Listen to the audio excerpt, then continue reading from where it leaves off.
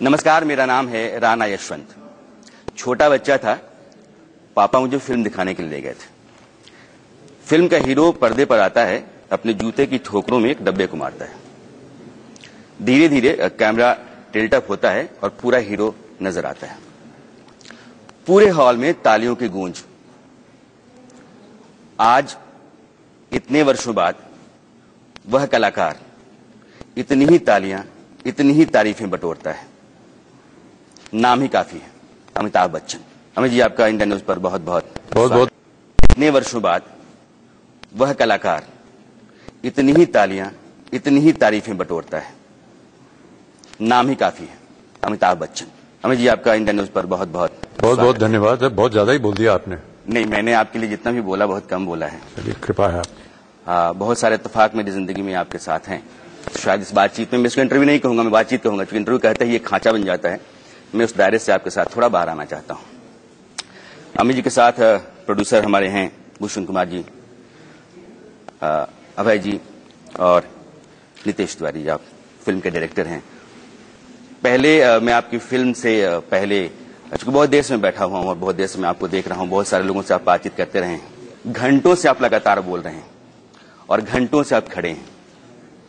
इस उम्र में इतनी एनर्जी कहां से आती? आप बैठे हैं सर। हो गया, काम है, जो भी है, जो करना है उसको करते हैं। जब तक शरीर चलेगा करेंगे, नहीं चलेगा बैठ जाएंगे। सर, ये आपकी जो फिल्म है भूतनाथ, मैं इसी पे आता हूं। प्रोमोज मैंने देखे हैं इधर, और प्रोमो में भूतनाथ चुनाव लड़ने के लिए आते हैं। एक नेता है जिसके खिलाफ वो चुनाव लड़ना चाहते हैं। भूतनाथ एक सवाल करते हैं कि क्या चुनाव लड़ने के लिए जिंदा होना जरूरी है? जवाब क्या मिलता है? सर, ये आपको मैं फिल्म में बताऊंगा। अभी बता दूंगा तो कहानी निकालनी पड़ेगी। वो फिर गड़बड़ हो जाएगी। लेकिन ये एक दिलचस्प बात है और हमारी कहानी के दायरे में ही है। चूंकि एक बड़ा कटाक्ष मैं आपको वहां जोड़ना चाहता था। मुझे लगता है कि मेरी बात आप समझ रहे होंगे कि क्या चुनाव लड़ने के लिए जिंदा होना जरूरी है। एक गंभीर सवाल है, इसलिए मैंने आपको इस तरफ इशारा किया। दूसरा मेरा सवाल ये कि अगर भूतनाथ चुनाव लड़ता है या चुनाव लड़ने आता है, भ्रष्ट व्यवस्था को खत्म करना चाहता है, क्या भूतनाथ के कलाकार का जी कभी नहीं करता? जी नहीं, मैं तो राजनीति में गया था और वहां से मैंने फिर छोड़ दिया है और अब वहां वापस जाने का कोई इरादा नहीं है, क्योंकि मुझे राजनीति आती नहीं थी और ना ही आती है, अभी भी नहीं आती है। उसको मैं अपनी हार मान करके मैं पीछे हट गया। एक लंबा अरसा हो गया है, पानी बहुत सा गुजर गया है, समाज बदल गया है, लोगों की मानसिकता बदल गई है, सोच बदल गई है। आपके दौर के बहुत सारे लोग, शत्रुघ्न सिन्हा, हेमा मालिनी जी, जया प्रदा, विनोद खन्ना साहब, ये सब लोग चुनाव के मैदान में हैं। इसके बाद भी नहीं, उनके जीवन में जो करना चाह रहे हैं मैं नहीं कर पा रहा हूं। तो वो बहुत प्रबल हैं, सशक्त लोग हैं, उनको बहुत सफलता मिली है। खासतौर से शत्रुघ्न सिन्हा, विनोद खन्ना, इनकी अगर आप जीवनी देखेंगे तो बहुत आश्चर्यजनक है।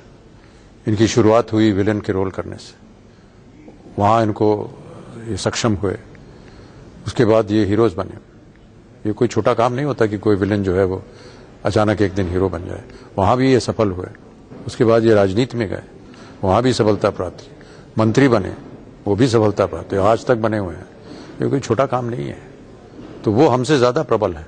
बच्चन साहब, अभी मैं आपको देख रहा था कई बार, जो मेरे साथ आप सीरियस क्यों हो गए हमें समझ नहीं आता है।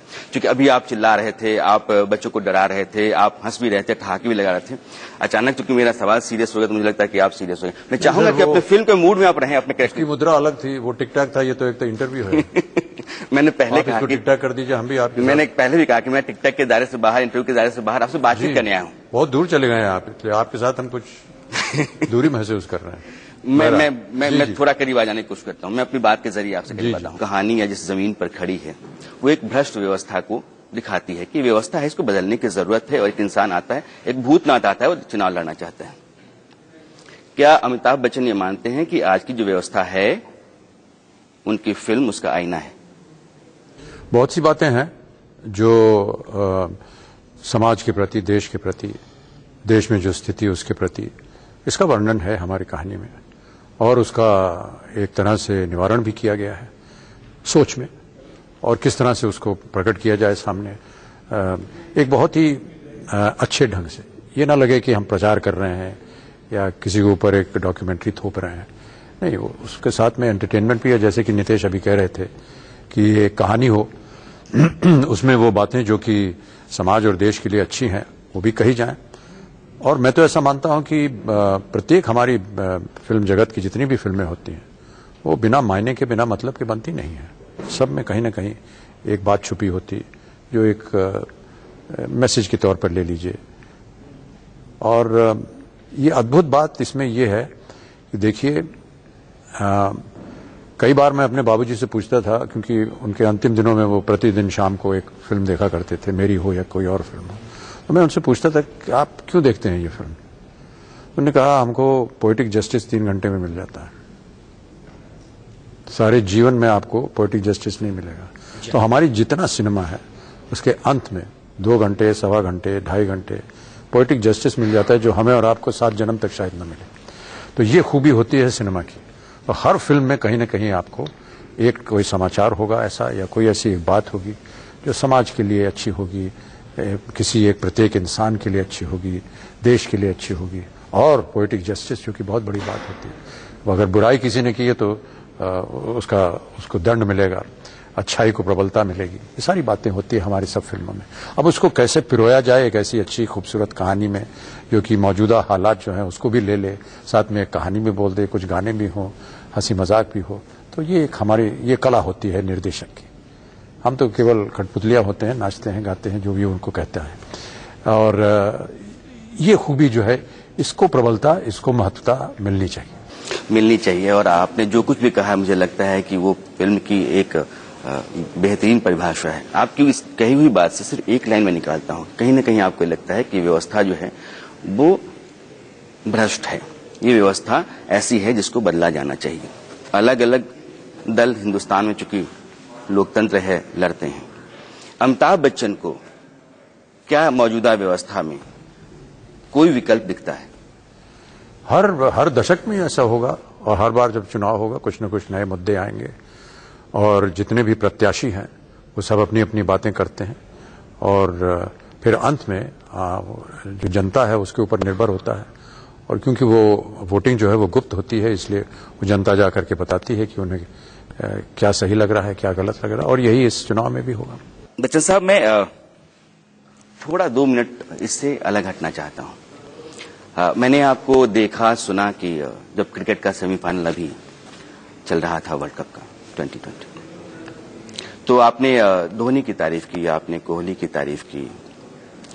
फाइनल की रात नींद आई? हाँ, खेल है, हार जीत लगा रहता है, लेकिन एक खेल हारने के बाद ये सही नहीं लगता कि आप उनकी निंदा करें। जब वो जीत रहे थे तब तो आप उनकी इतनी तारीफ कर रहे थे। अब एक गेम हार गए तो क्या हुआ? ठीक है, निराशा होती है, लेकिन इसका ये मतलब नहीं कि उनको दंड देना चाहिए। नहीं, ऐसा सही। आप क्रिकेट के बड़े दीवाने हैं और आप लगा कौन नहीं है भारत में? हाँ, हिंदुस्तान है, लेकिन अमिताभ बच्चन हैं, तो अमिताभ बच्चन से 2-3 सवाल बुनियादी तौर पे पूछ लेना चाहिए। क्या लगा, कहाँ चूक हो गई? वो लोग ज्यादा बेहतर खेले, हम लोग इतना अच्छा नहीं खेल पाए। हिंदुस्तान युवराज सिंह के सिर पे ठीकरा फोड़ रहे हैं। हाँ जी, हिंदुस्तान युवराज के सिर पे ठीकरा फोड़ रहे हैं। किसके? युवराज सिंह। हाँ, कहते हैं कि आपने 21 गेंदें खेली, आपने 10 रन बनाए। नहीं, ऐसा सोचना गलत होगा। सब पूरी एक टीम मिलकर के खेलती है। जब उन्होंने हमको जितवाया, 2 वर्ल्ड कप जितवाया, तब आपने इतनी तारीफ की उनकी। फिर आज एक जगह वो चूक गए तो आप उनकी निंदा करेंगे? ये तो सही नहीं है। अच्छा सर, लौटते मैं आपकी फिल्म की तरफ लौटता हूँ। आराध्या भूतनाथ देखेगी? जी, दिखाएंगे उसको 2-3 साल के बाद। अभी तो उनको समझ नहीं है, अभी वो कार्टून देखती हैं। आपका अगर उनको लगता है कि उनके दादा जो है वो कार्टून है तो वो देखेंगे। दादा के साथ कितना वक्त गुजर जाता है आराध्या का? समय जितना चाहिए हम गुजार लेते हैं उनके साथ। गुजार लेते हैं। आराध्या के साथ आपका वक्त जो भी गुजरता होगा आपको अच्छा लगता होगा? जी, जाहिर है, इसमें कोई दो राय तो है नहीं। सर, एक मेरा सवाल है। चूंकि जो लोग हमारे पेशे में हैं, हम लगातार काम करते हैं, सुबह से लेकर रात तक काम करते हैं। कई बार, चूंकि मैं गांव से हूं, और कई बार मेरे दोस्त जो गांव में होते हैं वो पूछते हैं कि अमिताभ बच्चन को देखे हो क्या। मैं बुनियादी तौर पे एक सवाल आपसे पूछना चाहता हूं। अमिताभ बच्चन सुबह के कितने बजे जगते हैं और रात में कितने बजे सोते हैं? सर, कोई निश्चित नहीं है। काम होता है तो 6 बजे उठ जाएंगे और काम रहता है तो 3-4 बजे रात तक काम करेंगे। ये काम पर निर्भर होता है। रोजाना औसतन कितने घंटे काम अमिताभ बच्चन करते हैं? सर अब ईश्वर की कृपा से 16-17 घंटे काम मिलता है, उसको करना पड़ता है। सर मैं आपकी फिल्म की तरफ आता हूं फिर लौट करके। भूतनाथ रिटर्न्स, चूंकि वो देश में चुनाव है, चुनाव का बुखार है, रैलियां हैं, नारे हैं और आपकी फिल्म भी चुनाव के आसपास है। हिंदुस्तान वोट देने जा रहा है। मैं चाहूंगा कि अमिताभ बच्चन हिंदुस्तान से ये जरूर एक बार कहें कि उसको वोट देना चाहिए और क्यों, और उसके वोट की कीमत कितनी है। इससे पहले कई बार मैंने कहा हुआ है और मुझे कहने में कोई आपत्ति नहीं है, लेकिन हमारी फिल्म में भी इस बात को प्रबलता दी गई है और बहुत ही अच्छे ढंग से कही गई और उसका परिणाम भी बताया गया है कि देने से क्या होता है, क्यों देना चाहिए, इसके लिए भी एक छोटी सी भूमिका बंधी हुई है इसके। और मैं तो यही चाहूंगा कि देश का हर नागरिक जो एलिजिबल है और जो वोट करने लायक है उन सबको जाना चाहिए और वोट देना चाहिए। सर चलते चलते मैं चाहूंगा कि अपनी फिल्म का कोई ऐसा डायलॉग भूतनाथ रिटर्न्स का जो आपको याद हो। बहुत से ऐसे डायलॉग हैं, लेकिन जब देश के भविष्य का सवाल उठता है तो थोड़ी बहुत जिम्मेदारी तो देश के भूत की भी बनती है।